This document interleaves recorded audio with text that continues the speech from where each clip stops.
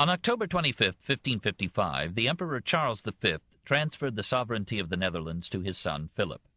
On the 26th, before the States General at Brussels, Philip received oaths of allegiance and swore to maintain the rights and privileges of the 17 provinces according to tradition, treaty, and law. Those mutual pledges set the stage for one of the great dramas in the history of freedom. The scene was complex. The Netherlands, that is, the lowlands, then comprised the present Belgium as well as the existing Kingdom of the Netherlands.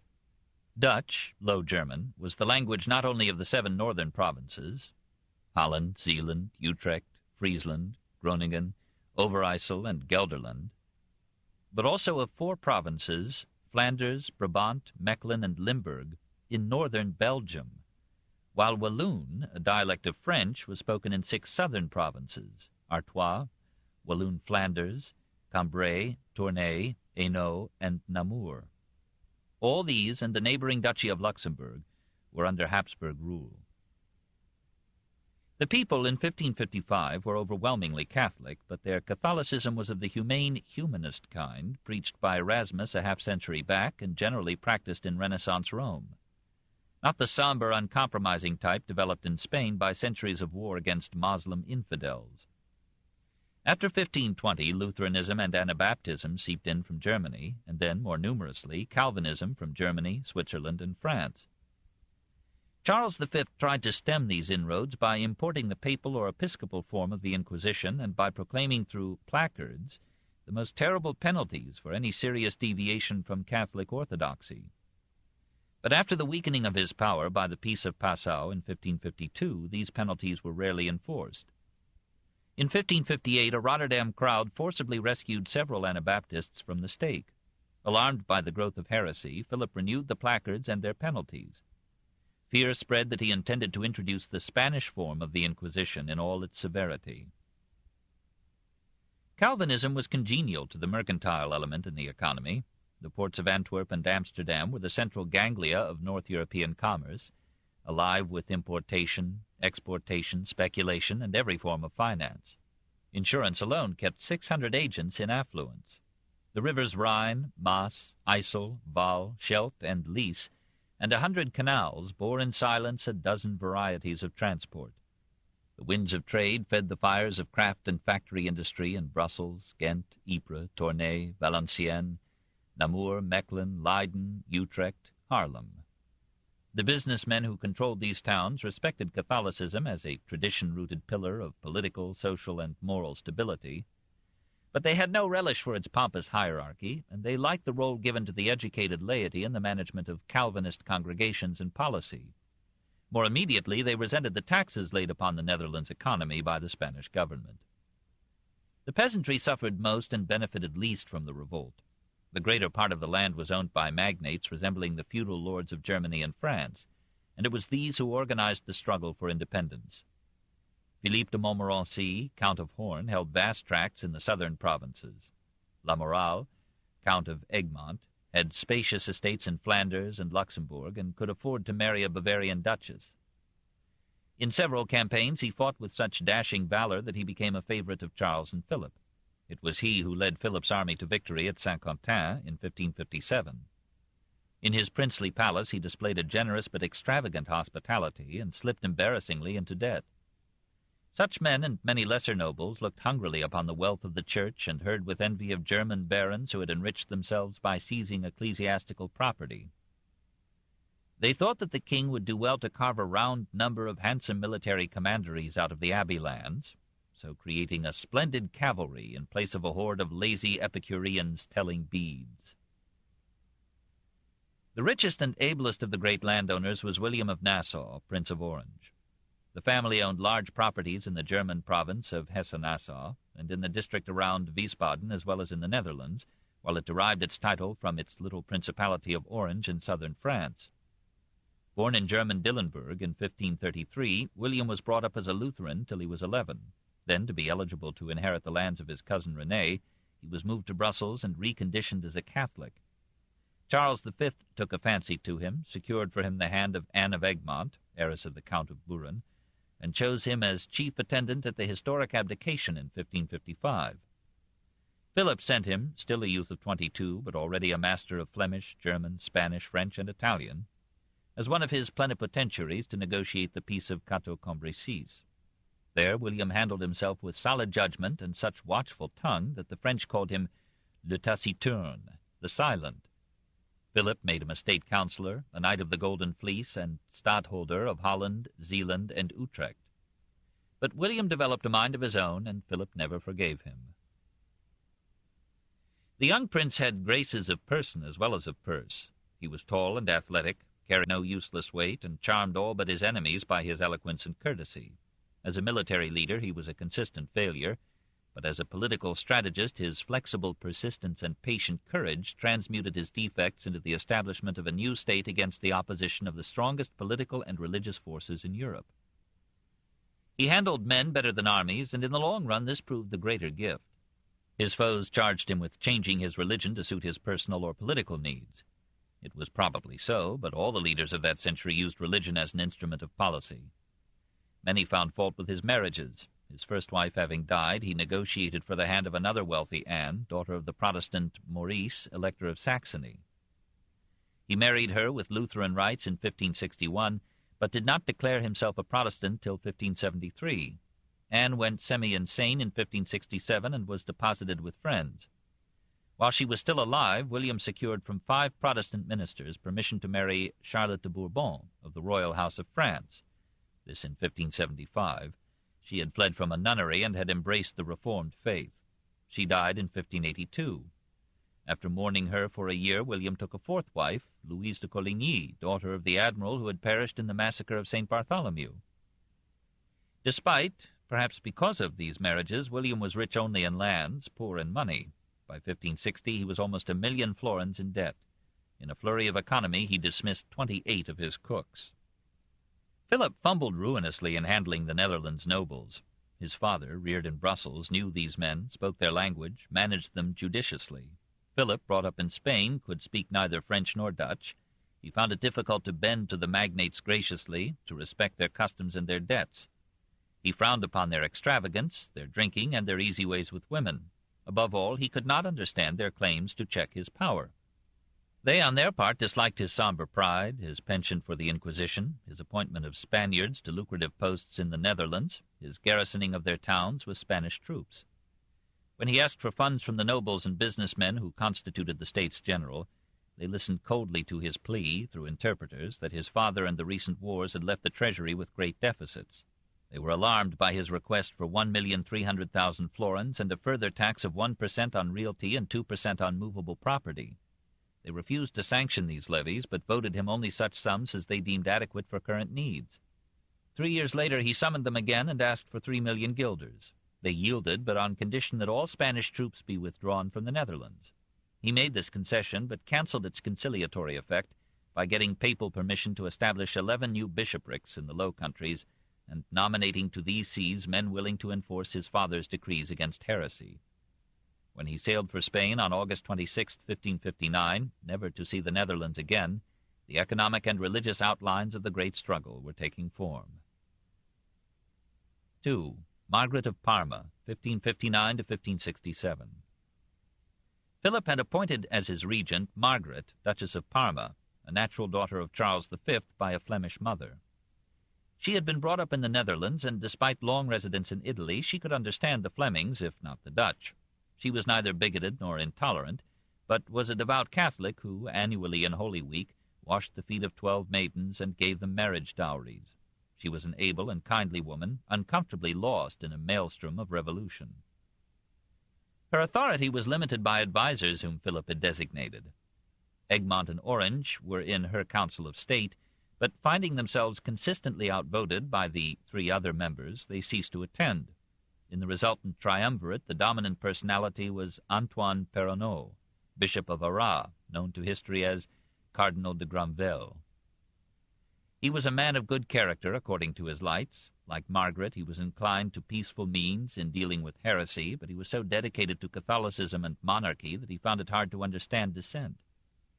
He and the regent were handicapped by Philip's insistence that no important measure could be taken without the royal consent, which took weeks to transmit from Madrid to Brussels. the cardinal sacrificed popularity by obeying the king. He privately opposed the multiplication of bishoprics, but yielded to Philip's insistence that 4 sees were not enough for 17 provinces. The Protestant minority noted with anger that the new bishops were spreading and intensifying the papal inquisition. In March 1563, Orange, Egmont, and Horn, themselves Catholics, wrote to Philip charging Granvelle with violating provincial rights that the king was pledged to maintain. They thought the cardinal responsible for the new bishops, and they urged his removal from office. Margaret herself did not relish his assumption of powers. She longed for some accord with the dissatisfied nobles who were important to her in preserving social order. Finally, in September 1563, she too recommended that Granvelle be sent to other pastures. After long resistance, Philip yielded and invited the lordly minister to enjoy a leave of absence. Granvelle left Brussels on March 13, 1564, but continued to be one of the king's most trusted counselors. The nobles returned to Margaret's Council of State. Some of their appointees sold offices, justice, and pardons, and the regent seems to have shared in the spoils. The Inquisition spread. Philip watched it from Spain, urged it on, and sent Margaret the names of suspected heretics. Hardly a day passed without an execution. In 1561, Ghislain de Moulet was burned at Oudenarde. Thomas Cowberg was burned alive at Tournai. An Anabaptist was hacked to death with 7 blows of a rusty sword in the presence of his wife, who died with horror at the sight. Enraged by these barbarities, Bertrand Leblas invaded the cathedral of Tournai during Christmas Mass, rushed to the altar, snatched the host from the priest, trampled it underfoot, and cried out to the congregation, "Misguided men, do ye take this thing to be Jesus Christ, your Lord and Savior?" He was put to torture. His right hand and foot were burned away to the bone. His tongue was torn out. He was suspended over a fire and was slowly roasted to death.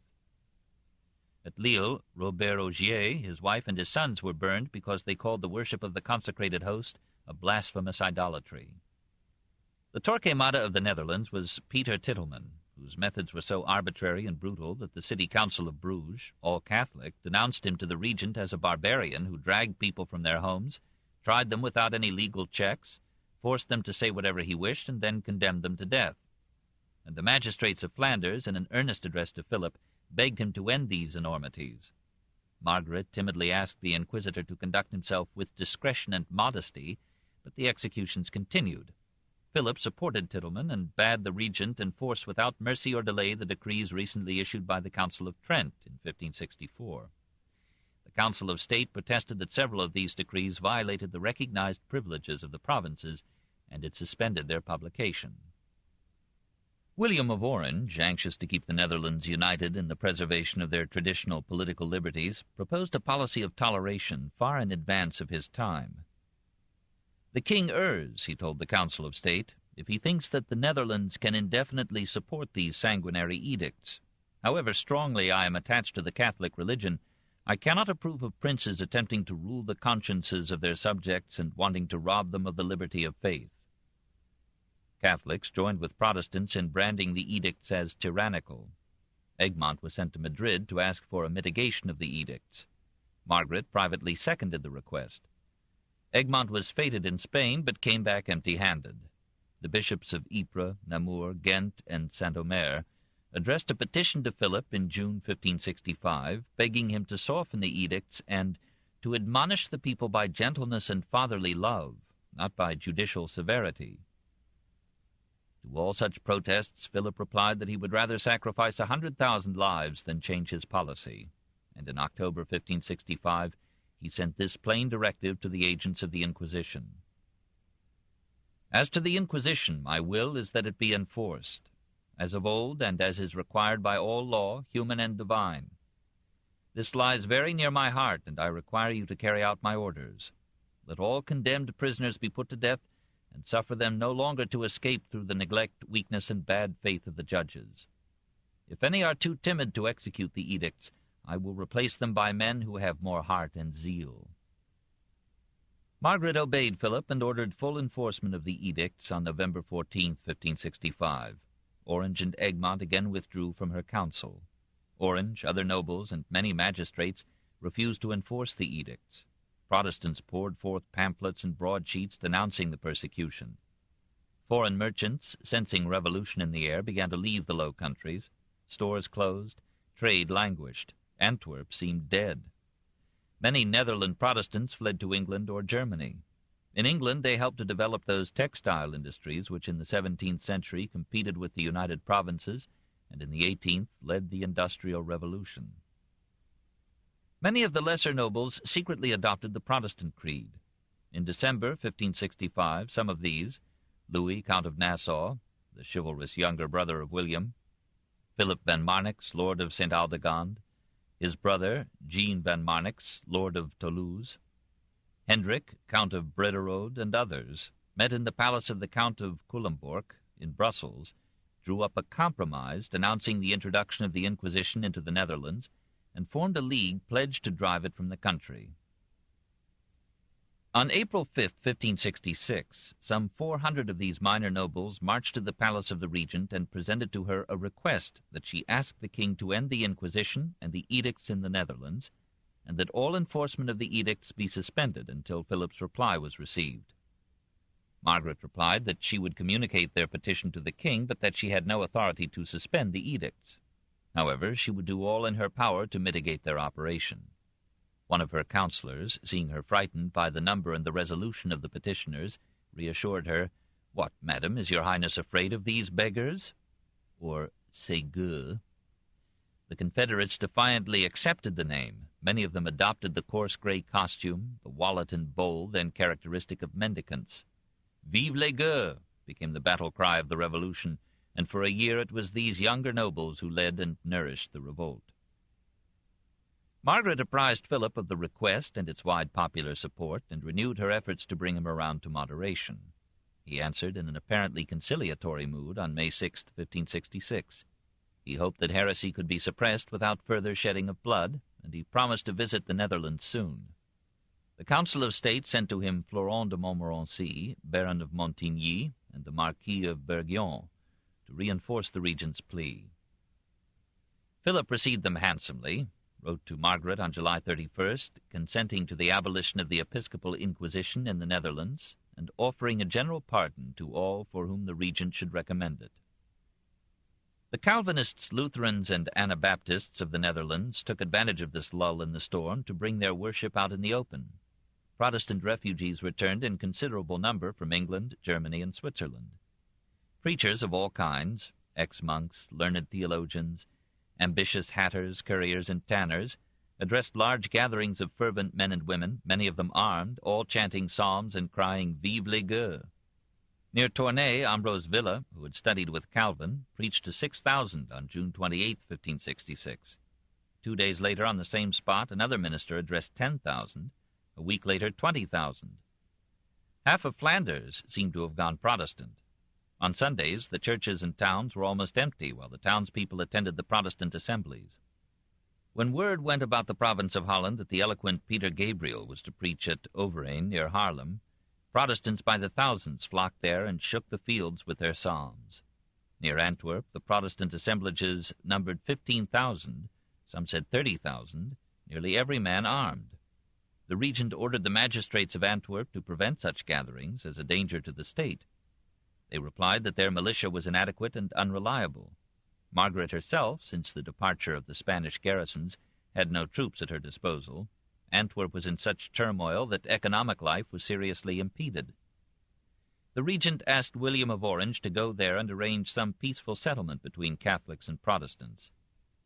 He quieted the strife by persuading the preachers to confine their assemblies to the suburbs and to keep them unarmed. In this same month, July 1566, 2,000 beggars, led by Count Louis of Nassau, gathered at Saint-Tron in the bishopric of Liège, and amid much joyous roistering laid plans to advance their cause. They resolved to communicate with German Protestants and to raise among them an army that would come to the aid of the Netherland Protestants in case these should be attacked. On July 26th, Louis and 12 others, garbed as beggars, presented to the regent a demand that she convene the States General, and that meanwhile she be guided by Orange, Egmont, and Horn. Her answer being non-committal, they intimated that they might be obliged to seek foreign aid. Louis at once proceeded, with the connivance of his more cautious brother William, to raise in Germany 4,000 cavalry and 40 companies of infantry. On August 9th, Philip signed a formal instrument declaring that his offer of pardon had been wrung from him against his will and did not bind him. And on August 12th, he assured the Pope that the suspension of the Inquisition was subject to papal approval. On August 14th, a Protestant crowd, aroused by preachers who denounced religious images as idols, broke into one after another of Saint-Omer's churches, smashed the images and the altars, and destroyed all decorations. In that week, similar mobs accomplished like denudations in Ypres, Courtrai, Oudenarde, and Valenciennes. At Antwerp, on the 16th and 17th, mobs entered the great cathedral, broke up the altars, shattered stained glass, the crucifixes and other images, destroyed organs, embroideries, chalices, and monstrances, opened sepulchres, and stripped corpses of ornaments. They drank the sacramental wine, burned costly missals, and trampled upon masterpieces of art. Having sent for ladders and ropes, they hauled statues down from niches and smashed them with sledgehammers. Shouting in triumph, the crowd passed through Antwerp, destroying the images and ornaments in 30 churches and monasteries, burned monastic libraries, and drove monks and nuns from their convents. When the news of this Calvinist fury reached Tournai, the iconoclastic ecstasy was let loose there, and every church was sacked. In Flanders alone, 400 churches were cleansed of their imagery. At Culemborg, the jolly count presided over the devastation and fed his parrots with consecrated hosts. Elsewhere, some former priests toasted the wafers on forks. From Flanders, the fury passed into the northern provinces, to Amsterdam, Leiden, Delft, Utrecht, at last into Groningen and Friesland. Most Protestant leaders condemned these ravages, but some of them, noting that very little violence had been done to persons, judged the destruction of statues and pictures as less criminal than the burning of live heretics. Margaret of Parma shrank before this storm. "Anything and everything is now tolerated in this country," she wrote to Philip, "except the Catholic religion." Philip bided his time for revenge, but the regent, faced with armed mobs and audacious leaders, felt compelled to make concessions. On August 23rd, she signed with the representatives of the Gueux an accord by which Calvinist worship was to be permitted wherever it was already practiced, on condition that it should not interfere with Catholic services, and that the Protestants should leave their weapons at home. The Confederate spokesmen agreed to disband their league if the government lived up to this accord. The persecution halted, and for a moment there was peace. Neither William of Orange nor the King of Spain was satisfied to let matters rest. William saw in the growth of a passionate Protestantism an instrument with which to win independence for the Netherlands.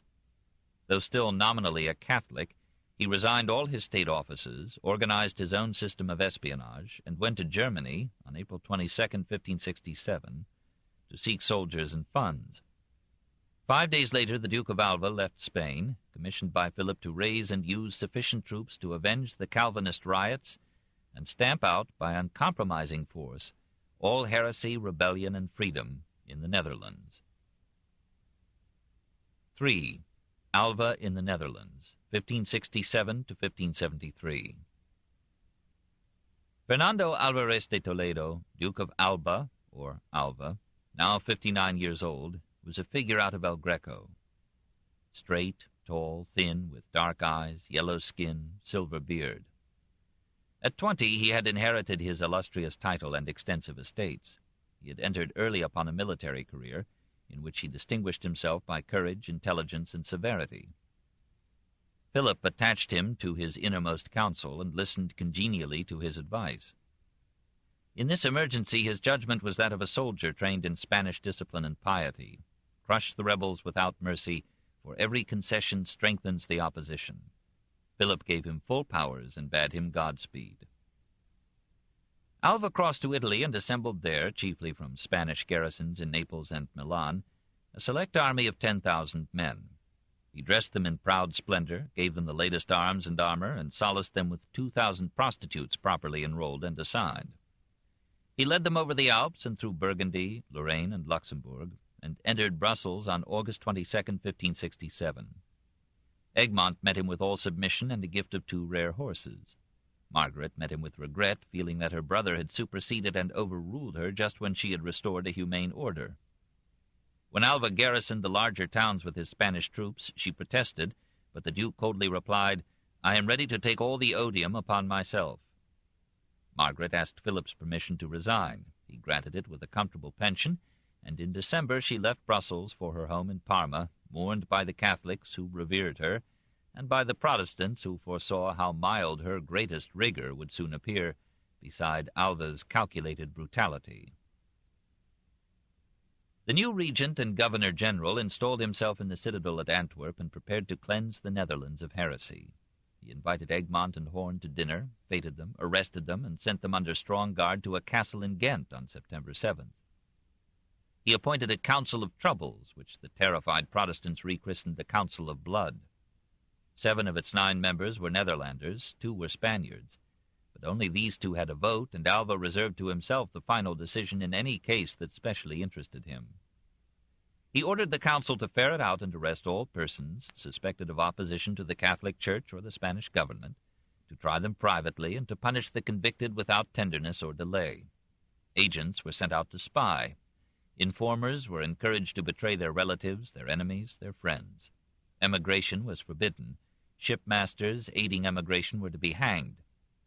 Every town that had failed to stop or punish rebellion was held guilty, and its officials were imprisoned or fined.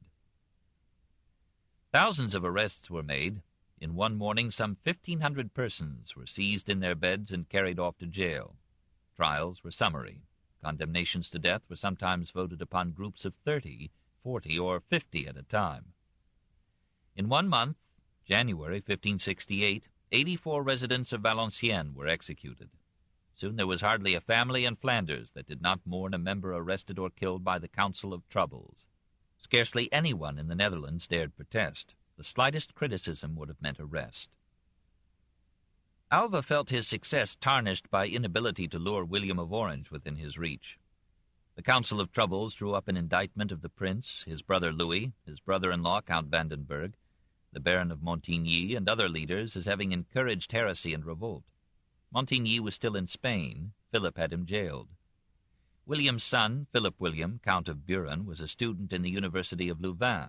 He was arrested, was sent to Spain, and was brought up as a fervent Catholic who repudiated his father's principles.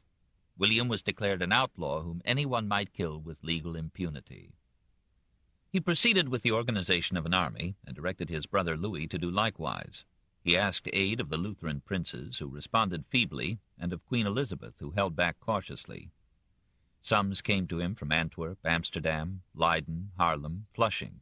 Counts Vandenberg, Culemborg, and Hoogstraten sent 30,000 florins each. He himself sold his jewelry, plate, tapestries, and rich furniture, and contributed 50,000 florins.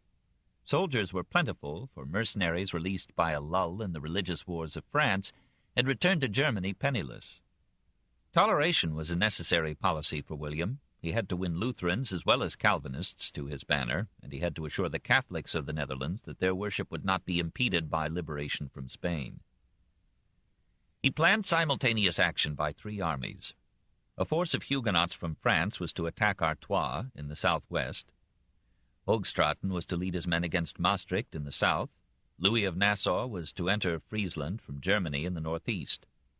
The Huguenot and Hoogstraten invasions were repulsed, but Louis won a victory over the Spanish soldiery at Heiligerlee on May 23, 1568.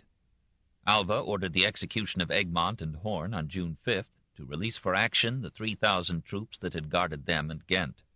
With these reinforcements he advanced into Friesland, overwhelmed Louis's weakened army at Gemmingen on July 21st, and killed 7,000 men. Louis escaped by swimming an estuary of the Ems. In October, William led 25,000 men into Brabant, resolved to meet Alva in a decisive battle. Alva, with men less numerous but better disciplined, outgeneraled him and avoided battle except in destructive rearguard attacks. William's troops, unpaid, refused to fight. He led them to safety in France and disbanded them. Then, disguised as a peasant, he made his way from France to Germany, where he moved from one town to another to avoid assassination. With these disastrous campaigns began the 80 Years' War, waged with unprecedented perseverance by the Netherlands till their final triumph in 1648. Alva was for the time proud master of the field, but he too was penniless. Philip had arranged with Genoese bankers to send Alva by sea 450,000 ducats. but the vessels were forced by English privateers into Plymouth harbor, and Elizabeth, not averse to helping William for such a fee, seized the money with the blandest of apologies. Alva summoned the States General of nobles and burgesses to Brussels and proposed to them on March 20th, 1569, an immediate tax of 1% to be levied upon all property, a perpetual tax of 5% on every transfer of realty, and a perpetual tax of 10% on every sale. The Assembly protested that since many articles changed ownership several times a year, such a sales tax would approach confiscation. It referred the proposals to the provincial assemblies, and there the opposition was so bitter that Alva had to defer the 10% tax till 1572, and content himself meanwhile with the 1% tax and a grant of 2,000,000 florins yearly for 2 years. Even the 1% tax was hard and costly to collect. Utrecht refused to pay it. A regiment of soldiery was quartered upon the households. Resistance continued. Alva declared the whole district treasonous, abolished its charters and privileges, and confiscated all the property of the inhabitants for the king. It was this taxation and the measures taken to enforce it that defeated the hitherto undefeated Alva. Now nearly the entire population, Catholic as well as Protestant, opposed him, and with rising anger as his impositions hampered and discouraged the business activity upon which the Netherlands had built their prosperity. More skilled in war than in finance, Alva retaliated for Elizabeth's appropriation of the Genoese funds by seizing English property in the Netherlands and forbidding trade with England. Elizabeth thereupon confiscated Netherland goods in England and diverted English trade to Hamburg. Soon the Netherlands felt the torpor of commercial decay. Shops closed, unemployment mounted, and the powerful business classes, which had borne so patiently the hanging of Protestants and the sacking of churches, secretly meditated, at last financed, revolt. Even the Catholic clergy, fearing the collapse of the national economy, turned against Alva and warned Philip that the Duke was ruining the state. Pope Pius V, who had rejoiced over Alva's victories, joined with Cardinal de Granvelle in deploring Alva's severity, and recommended a general amnesty to all repentant rebels and heretics. Philip agreed and so notified Alva in February 1569, but the Duke asked for delay, and the amnesty was not proclaimed till July 16, 1570. In that year the Pope bestowed the blessed hat and sword upon Alva and the golden rose upon Alva's wife, and Philip put the imprisoned Montigny to death on October 16, 1570. Meanwhile, a new force had entered upon the scene. In March 1568, a band of desperate men known as the Wild Beggars turned their ardor to pillaging churches and monasteries and cutting off the noses or ears of priests and monks, as if resolved to rival the barbarities of the Council of Blood.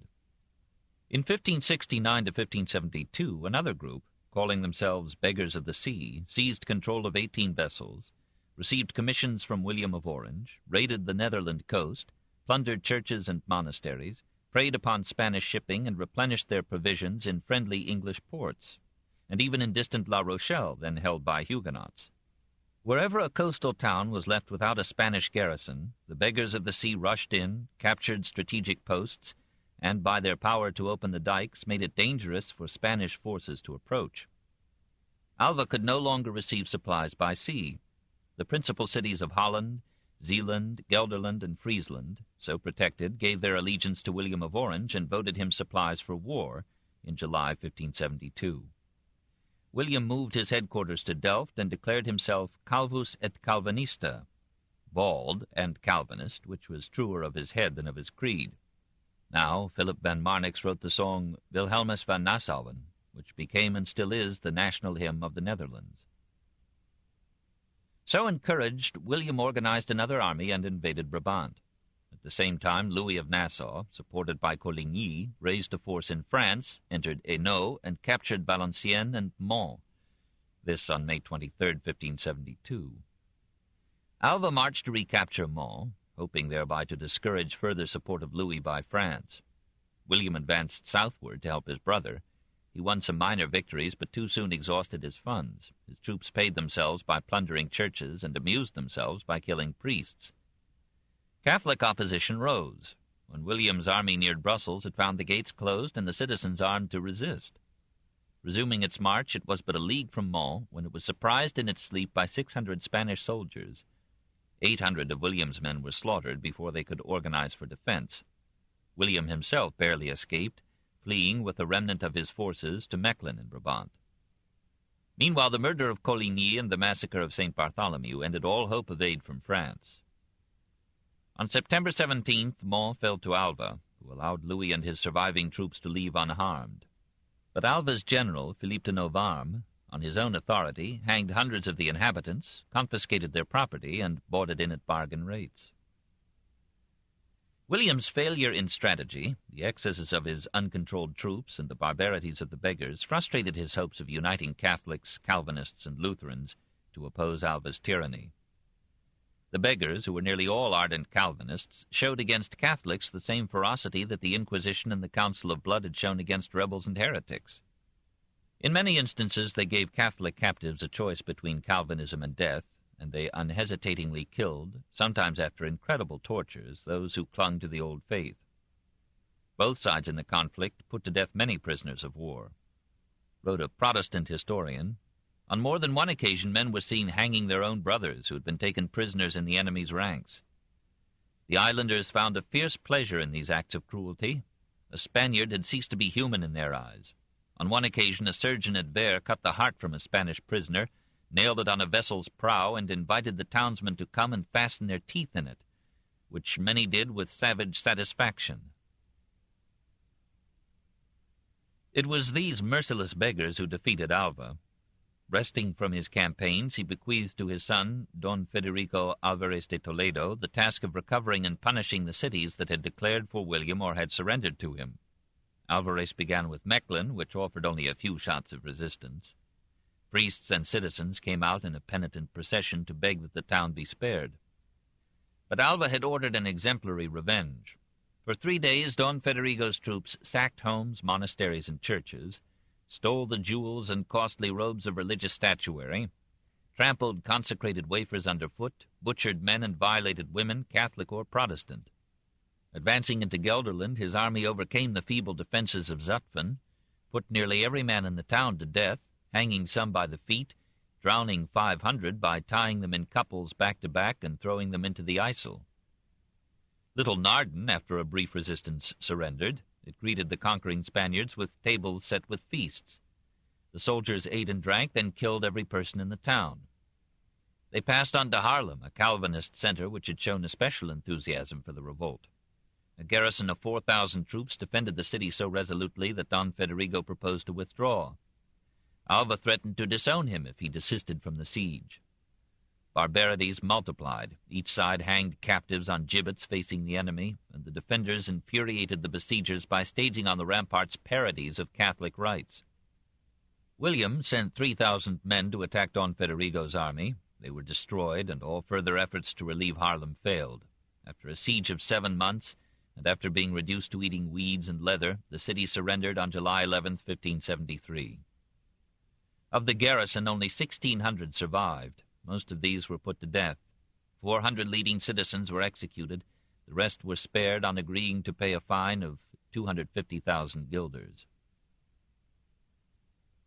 This was the last and most costly victory of Alva's regime. Over 12,000 of the besieging army had died of wounds or disease, and hateful taxes had poured their proceeds fruitlessly into the sieve of war.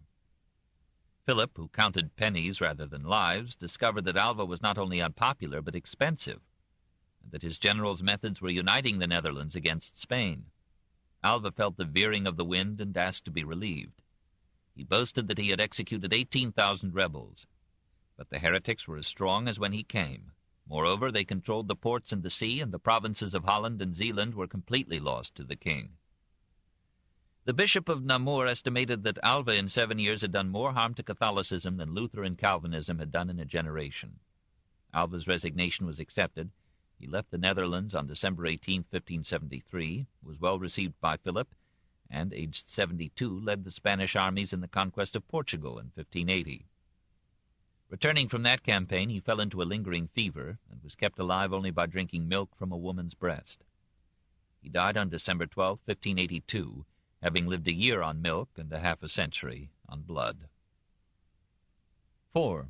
Requesens and Don Juan, 1573 to 1578. To replace him, Philip sent Don Luis de Requesens. lately Spanish Viceroy of Milan. The new governor was surprised by the number and the spirit of the rebels. "Before my arrival," he wrote to the king, "I did not understand how they could maintain such considerable fleets, while your majesty could not support a single one. It appears, however, that men who are fighting for their lives, their firesides, their property, and their false religion, for their own cause, in short, are contented to receive rations only without receiving pay."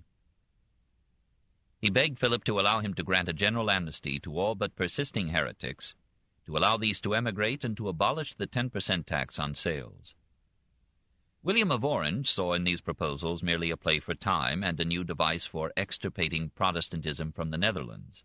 He would accept peace only on full freedom of worship, the restoration of provincial privileges, and the withdrawal of all Spaniards from civil and military posts. The war continued. In the Battle of Moke, April 13, 1574, William's brothers Louis, aged 36, and Henry, aged 24, lost their lives. Two events helped the revolt at this point. Philip went bankrupt in 1575, and Requesens died while besieging Zierikzee on March 5, 1576. The king appointed his half-brother, Don Juan of Austria, to the ungrateful post, but Juan did not reach Luxembourg till November.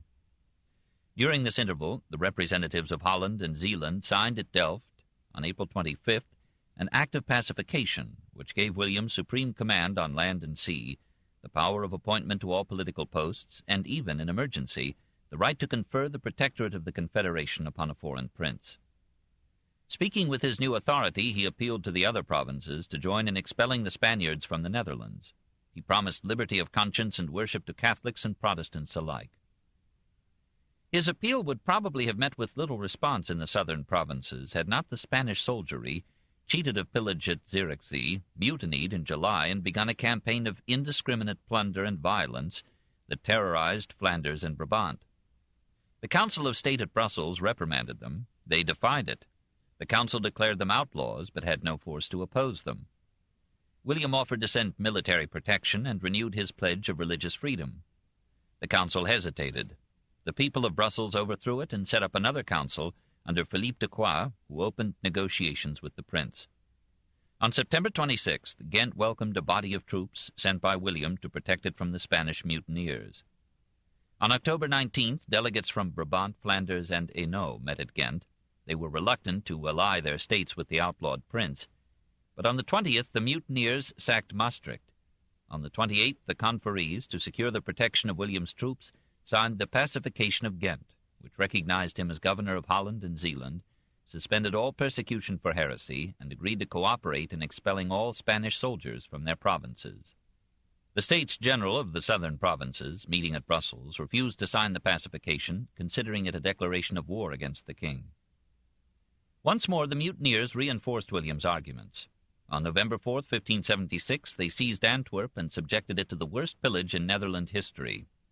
The citizens resisted, but were overcome. 7,000 of them were killed. 1,000 buildings, some of them masterpieces of architecture, were set on fire.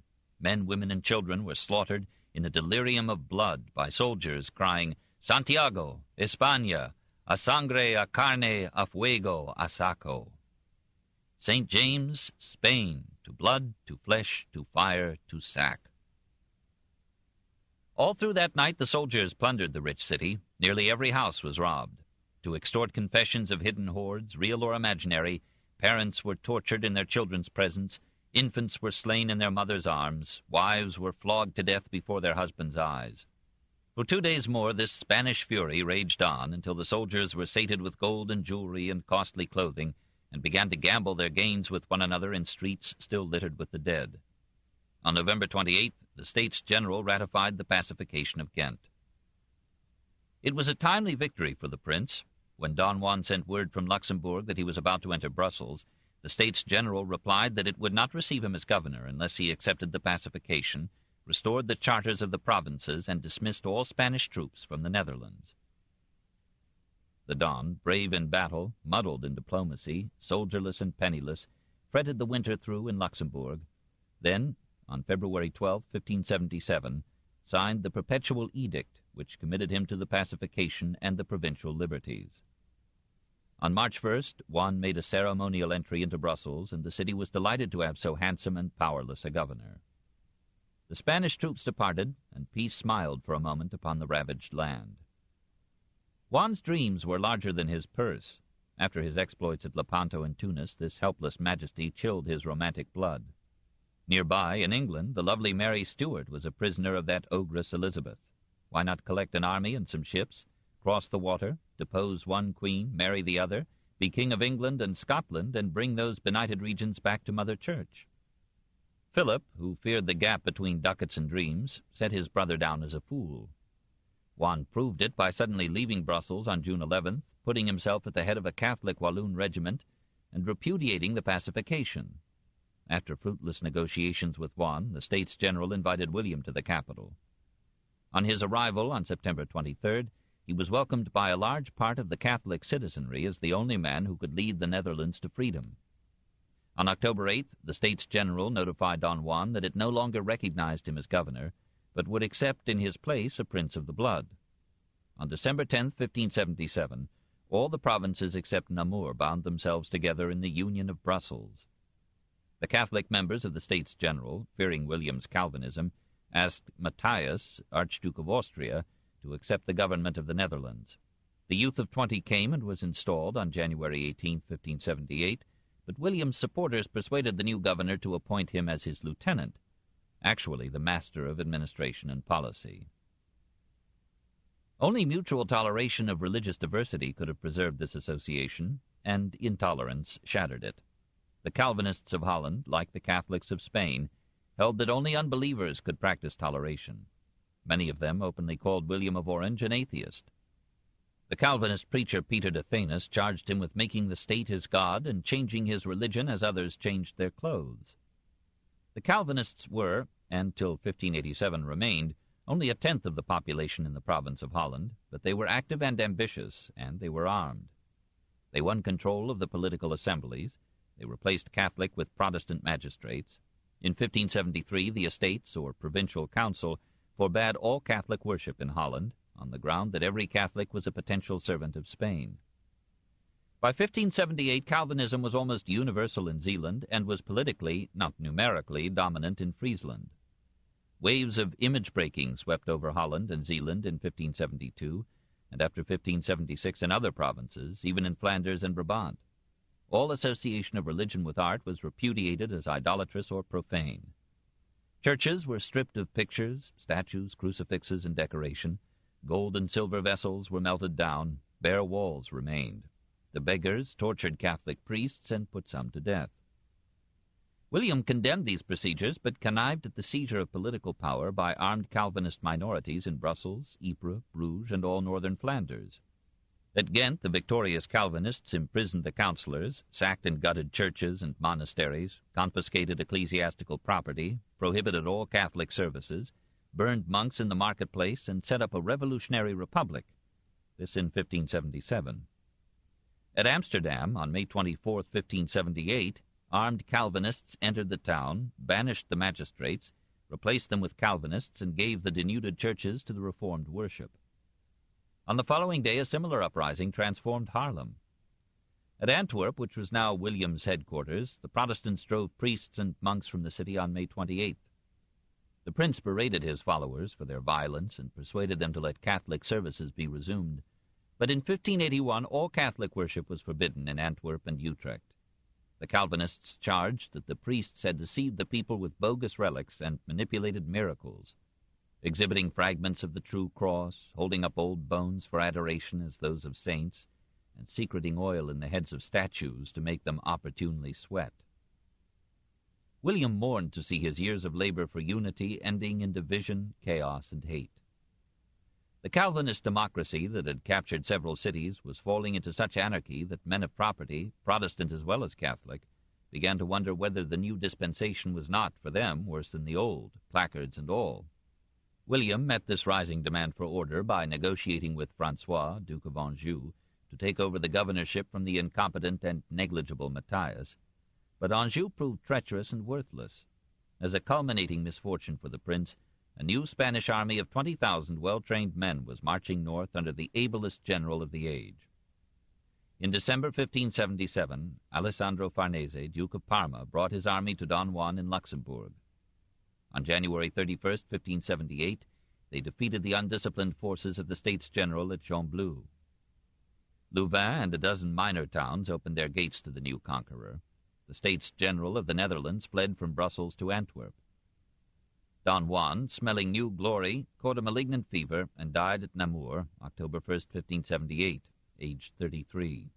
Philip appointed Farnese Governor-General, and a new chapter began. 5. Parma and Orange, 1578 to 1584. Alessandro Farnese, now 33, was the son of the former regent, Margaret of Parma. Brought up in Spain, he swore loyalty to Philip, fought at Lepanto, and gave the last 14 years of his life to saving the southern Netherlands for the king. In 1586 he was to inherit the Duchy of Parma and its title, but he never took the ducal throne. Sharp eyes, dark features, cropped black hair, eagle nose, and bushy beard revealed only a part of his ability, courage, and subtlety. He had all the military art of Alva, less of his cruelty, immeasurably more skill in negotiation and address. The battle for the Netherlands now became a duel between the Duke of Parma's diplomacy and arms, supported by Catholic funds and hopes, and the heroic perseverance of the Prince of Orange, financed by Dutch merchants and helped and hindered by the fanaticism of his friends. On January 5, 1579, a group of Catholic nobles from Hainaut, Douai, Artois, and Lille, inspired by the Bishop of Arras, formed the League of Arras for the protection of their religion and property. On January 29th, the provinces of Holland, Zeeland, Groningen, Utrecht, and Gelderland formed the Union of Utrecht for the defense of their faith and liberties. Soon they were joined by Friesland and Overijssel. These 7 united provinces became the Dutch Netherlands of today. The remaining provinces became the Spanish Netherlands and, in the 19th century, Belgium. The division of the 17 provinces into 2 nations was determined partly by the predominance of Catholicism in the south and of Protestantism in the north, but also by the geographical separation of the lowlands by the great inlets and rivers which, by their breadth and their controllable dikes, offered defensible ports and barriers to Spanish fleets and arms. On May 19th, the League of Arras signed an agreement with Parma by which it bound itself to tolerate no religion but the Catholic, and accepted Spanish sovereignty on condition that the privileges of the provinces and communes should be restored. By persuasion, bribery, or force, the Duke soon regained almost all the southern provinces for Spain. The Calvinist leaders at Brussels, Ghent, and Ypres abandoned their conquests and fled to the Protestant north. On March 12, 1579, Parma led a large army against Maastricht, strategically situated on the river from which it took its name. Prodigies of heroism and barbarity were performed on both sides. The attackers dug miles of subterranean passages to mine and invade the city. The defenders, women joining the men, dug passages to meet them, and battles were fought to the death in the bowels of the earth. Boiling water was poured into the tunnels, fires were lit to fill them with smoke. Hundreds of besiegers were scalded or choked to death. One of Parma's mines, exploding prematurely, killed 500 of his men. When his soldiers tried to scale the wall, they were met with firebrands, and burning pitch hoops were coiled around their necks. After 4 months of effort and fury, the besiegers made a breach in the wall, entered through it silently at night, caught the exhausted defenders sleeping, and massacred 6,000 men, women, and children. Of the city's 30,000 population, only 400 now survived. Parma repeopled it with Walloon Catholics. It was a major disaster for the Protestant cause. William, who had tried in vain to succor the city, was with some reason blamed for incompetence and delay. The same extremists who had frustrated his unifying policies by their intolerance and violence now charged him with treason to their cause in his negotiations with the Catholic Duke of Anjou, and they pointed out that he had attended no religious service during the past year. Philip seized the moment to promulgate, on March 15, 1581, a ban against Orange. After detailing all the ingratitude, disloyalty, marriages, and crimes of the prince, he proceeded, "Therefore, for all his evil doings as chief disturber of the public peace, and as a public pest, we outlaw him forever, and forbid all our subjects to associate with him or communicate with him in public or in secret, or to administer to him victuals, drink, fire, or other necessaries. We declare him an enemy of the human race, and give his property to all who may seize it.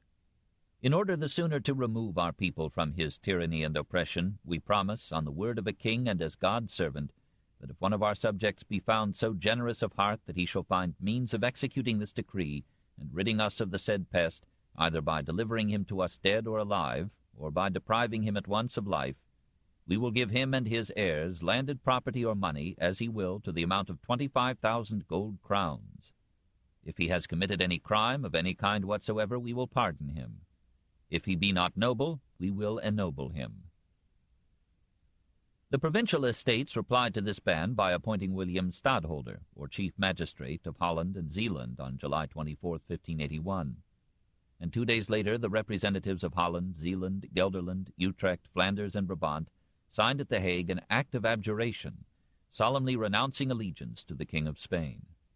In a document as famous in Dutch history as Parliament's Declaration of Rights from 1689 in the history of England, they proclaimed that a ruler who treats his subjects as slaves and destroys their liberties should no longer be accounted their legitimate sovereign, and may lawfully be deposed.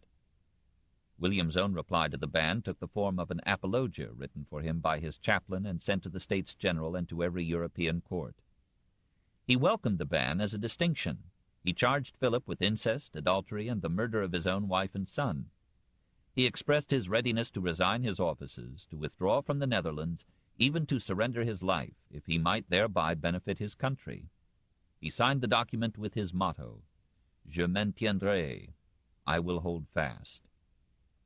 Soon afterward, on March 18, 1582, Philip reaped the first fruits of the ban. Jean Jourguy, spurred on by the promised reward, armed himself with a pistol, begged God's help, promised the Virgin a portion of his spoils, made his way to William of Orange at Antwerp, and shot him through the head. The bullet entered under the right ear, passed through the palate, and emerged through the left cheek. The assassin was caught and killed at once by William's attendants, but the mission seemed accomplished. For weeks the prince seemed near death. Farnese invited the rebel provinces, now that their obstinate leader was dead, to make their peace with their merciful king. But William slowly recovered under the devoted care of his wife Charlotte, who died of exhaustion and fever on May 5th. In July, 2 obscure conspirators laid a plan to poison both the Prince of Orange and the Duke of Anjou. The plot was detected, and the criminals were arrested. One killed himself in jail, the other was sent to Paris, was tried and found guilty, and was torn to pieces by means of 4 horses. During this year of 1582, Anjou collected some French soldiers about him at Antwerp. Dissatisfied with his ducal title, he dreamed of making himself a king. Suddenly, on January 17, 1583, his followers, shouting, "Long live the Mass," attempted to seize control of the city. The people resisted them. Nearly 2,000 lives were lost in this French fury. The uprising failed, Anjou fled, and William suffered further loss of popularity for having so long supported him. In March another attempt was made upon his life. Feeling unsafe in Antwerp, he moved his headquarters to Delft. The provinces of Groningen and Gelderland now made their peace with Parma. Only 2 of the united provinces still adhered to William, but these 2, Holland and Zeeland, testified their loyalty by making the stadholdership hereditary in his family, this in December 1583. So were laid the foundations of the House of Orange, which in 1688 would half conquer, half inherit England. Assassins persisted. In April 1584, Hans Hanzoen of Flushing tried to blow up the prince. He failed and was put to death. Balthasar Gerard of Burgundy burned with religious zeal and the thought of 25,000 crowns. Going to the Duke of Parma, he offered to kill the Prince of Orange. Parma judged the youth of 20 unfit for such an enterprise, refused him the modest advance requested, but promised him the full reward if he succeeded. Gerard went to Delft, disguised himself as a poor and pious Calvinist, received an alms of 20 crowns from William, and poured 3 bullets into the prince's body, this on July 10, 1584. William cried, "My God, have pity on my soul. Have pity on this poor people." He died within a few minutes. Gerard was caught, was tried by the city magistrates, expressed joy over his success, and was put to extreme torture and death. William was buried at Delft with the highest honors as father of his country. Having sacrificed nearly all his belongings in promotion of the revolt, he left his 12 children almost penniless. a silent testimony of the nobility into which he had matured. The full reward was paid to Gerard's parents. The Catholics of the Netherlands rejoiced, calling the crime God's vengeance for the desecration of churches and the murder of priests. They sent the assassin's head to Cologne as a precious relic, and for half a century they labored to have him declared a saint. 6. Triumph, 1584 to 1648. The death of their leader broke the spirit of such followers as William still had in Flanders and Brabant. Parma took Bruges, Ghent, Brussels, Mechlin, Antwerp. By the end of 1585, all the Netherlands south of the Maas, except Ostend and Sluis, had fallen to Spain. The beggars, however, still controlled the ports and the sea. The northern provinces had repeatedly appealed to Elizabeth for aid. Now she responded. She knew that the revolt of the Netherlands had kept Spain from declaring war upon England. She could not afford to have that blessing cease. Moreover, the Dutch controlled the market for English wool. In December 1585, she sent to Holland a substantial force under Leicester and Sir Philip Sidney. Leicester, as Governor-General of the rebel provinces, assumed almost sovereign power. Seeing that the southern provinces imported the necessaries of life from the northern, he forbade all trade with any Spanish possession. But the Dutch merchants lived on that trade. They exported goods to Spain during their war with Spain. They refused to obey Leicester's prohibitions. Defeated at Zutphen on September 22, 1586, Leicester left Holland in disgrace and disgust. For a year, chaos reigned in the north.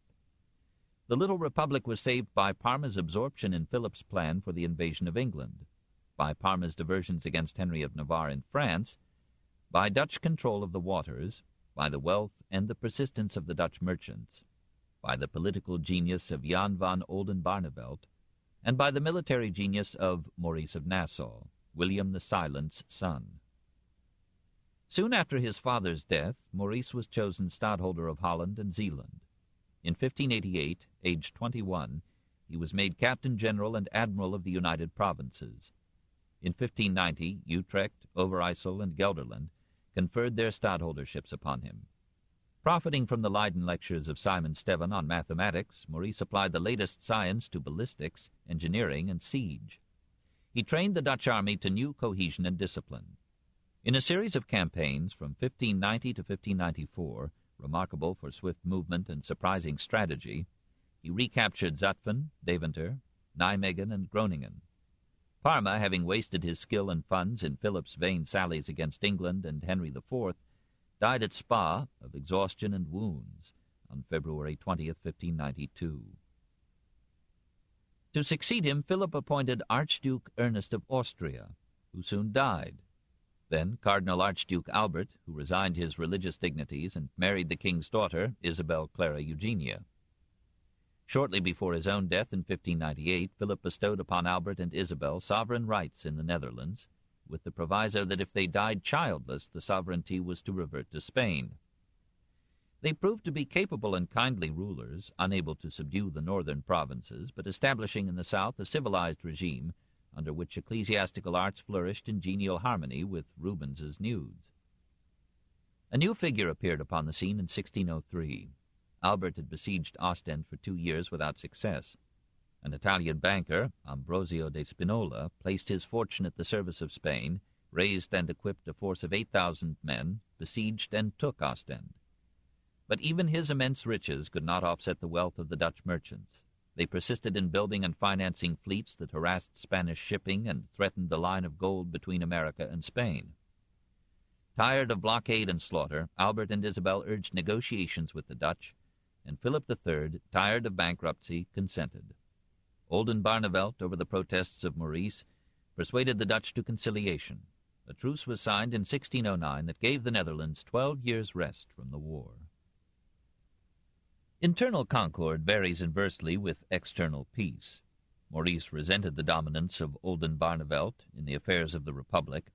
Technically, the Grand Pensionary, chief paid official of Holland, had authority in that province alone.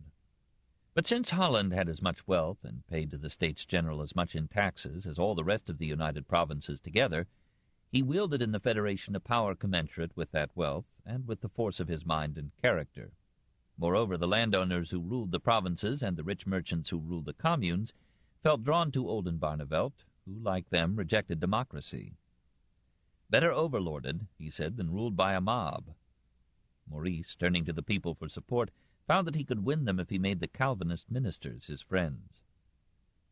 The religious issue that now inflamed the Republic was threefold: the growing opposition between church and state, the conflict between Catholics and Protestants, and the war of doctrine within the Protestant fold. Calvinist synods sought to determine political policy and to use the government as an agent for the enforcement of their creed. The States General distrusted the Calvinist congregations as dangerous examples and seed plots of democracy, and Oldenbarnevelt made many enemies by bidding the clergy leave government to the civil powers. Strange to say, even in the northern provinces, the population in 1609 was still predominantly Catholic. The laws forbade Catholic worship, but were not enforced. 232 priests conducted Catholic services. The Provincial Council of Utrecht ordered the priests to marry their housekeepers, but compliance was sporadic and spiritless. Within the Protestant communities, the struggle lay between the Calvinists and a minority of libertines.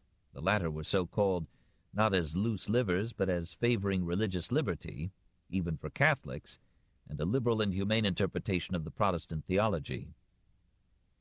These heirs of the Erasmian tradition, to whom William of Orange had belonged, were denounced as secret papists by the precisians, or orthodox Calvinists, who adhered to strict predestinarianism and felt that their faith should be made compulsory throughout the United Provinces.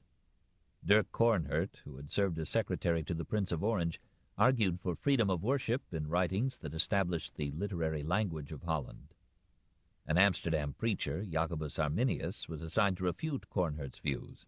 He was converted to them as he studied to answer them, and when he was appointed professor of theology at Leiden, he shocked the precisians by questioning predestination and asserting, against Luther and Calvin, that man is saved by good works as well as faith. He admitted that virtuous heathen might escape hell, and surmised that in the end all men would be saved. His fellow professor, Franciscus Gomarus, branded him an insidious heretic. Arminius died in 1609. By that time he had won an influential following, including Oldenbarnevelt and Hugo Grotius, the pensionary of Rotterdam. In 1610 these libertines drew up a remonstrantia against the doctrines of predestination, election, and reprobation, and proposed a national synod of clergymen and laymen to redefine the Reformed faith. The precisians formulated a contra-remonstrantia that reaffirmed the Calvinist theology.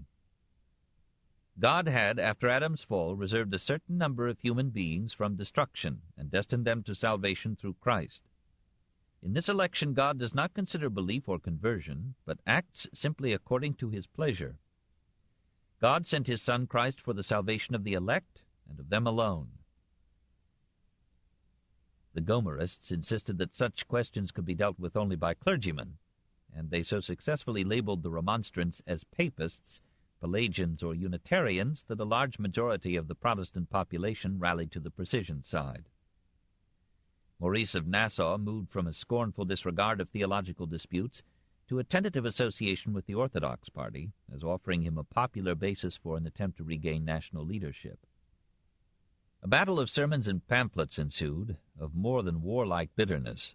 Violent disturbances broke the peace of the truce. Libertine houses were raided in The Hague. Orthodox Calvinist preachers were driven from Rotterdam. Holland mustered an army to defend its theology. Other provinces followed suit. Civil war seemed about to destroy the republic so lately born.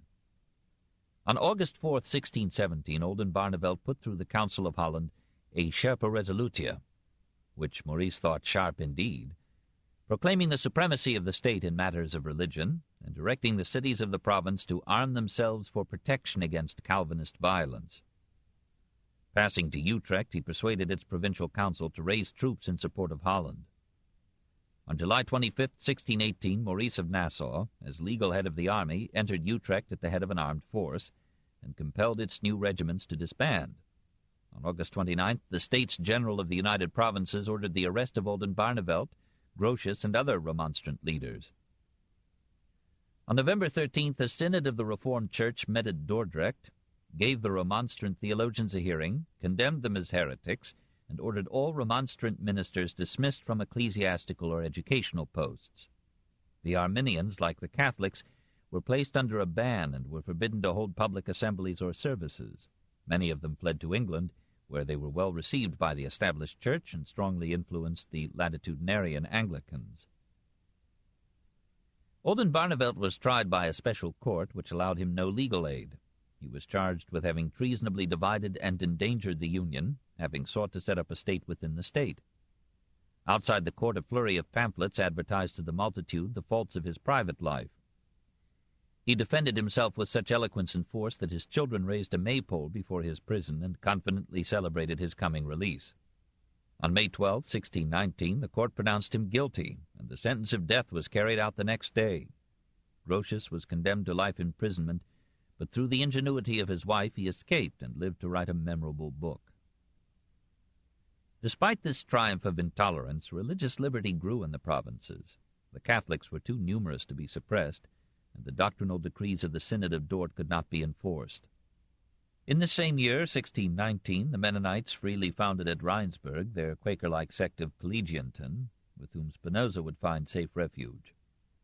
In 1629, Descartes was to praise the intellectual freedom that he enjoyed in Amsterdam, and by the end of the century Holland was to be the haven of heretics from many lands. On August 9, 1621, the war with Spain was resumed. The Archduke Albert having died childless, the southern Netherlands reverted to Spain. Spinola attacked the Dutch border towns. Maurice marched against him, but years of strife had worn him out, and suddenly, aged 57, he was dead in 1625. Spinola captured Breda, so opening the road to Amsterdam and giving a theme to Velasquez.